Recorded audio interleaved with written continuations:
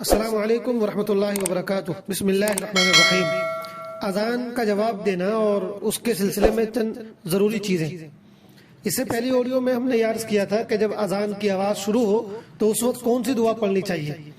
آج کی آڈیو میں ہم یہ جانیں گے کہ اذان کا جواب کیسے دیا جائے، اس کا کیا طریقہ ہے۔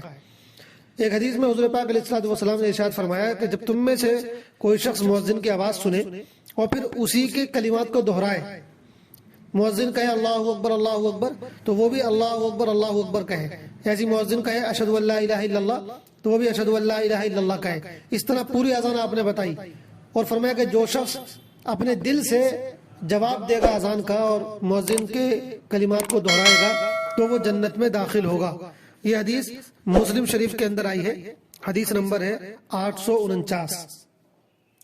اذان کے جواب کے سلسلے میں دو تین چیزیں زیادہ سمجھنے کی ہیں، ان کو آپ کی خدمت میں عرض کرتے ہیں۔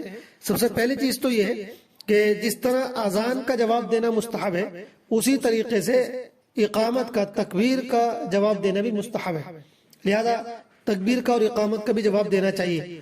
دوسری چیز یہ کہ اذان میں حی علی الصلاۃ اور حی علی الفلاح کے جواب میں لا حول ولا قوت الا باللہ کہنا چاہیے، لا حول ولا قوت الا باللہ۔ اور فجر کی جو اذان ہوتی ہے اس میں جب مؤذن الصلاۃ خیر من النوم کہے تو اس کے جواب میں صدقت و بررت کہنا چاہیے، صدقت و بررت۔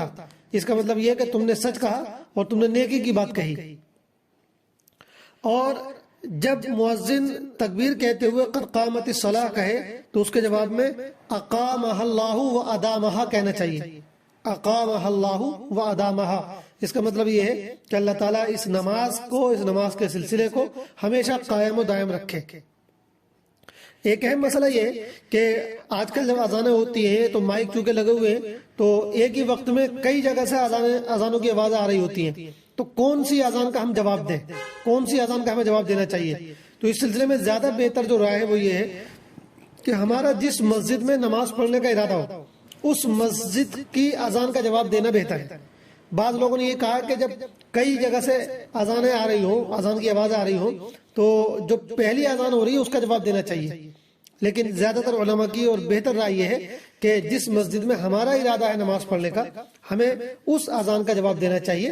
اور ویسے اگر آدمی کے پاس موقع ہو، فرصت ہو، تو اس کو چاہیے کہ ساری اذانوں کا جواب دے لے تو انشاءاللہ اس کو ثواب ہی ثواب ملے گا۔ لیکن اس میں چونکہ دقت ہو سکتی ہے، اس لیے جس مسجد میں ہمیں نماز پڑھنا ہے اس کا ہم جواب دیں۔ تو یہ جو فضیلت ہے، اللہ کے رسول علیہ الصلوۃ والسلام نے ارشاد فرمایا کہ جو شخص اذان کا جواب دے گا وہ جنت میں داخل ہوگا۔ اور ایسے ہی ایک حدیث میں اس کی مذمت بھی کی گئی ہے کہ کوئی شخص اذان سنے اور اس کا جواب نہ دے۔ اللہ تعالی ہم سب کو عمل کی توفیق عطا فرمائے۔ والسلام علیکم ورحمۃ اللہ وبرکاتہ۔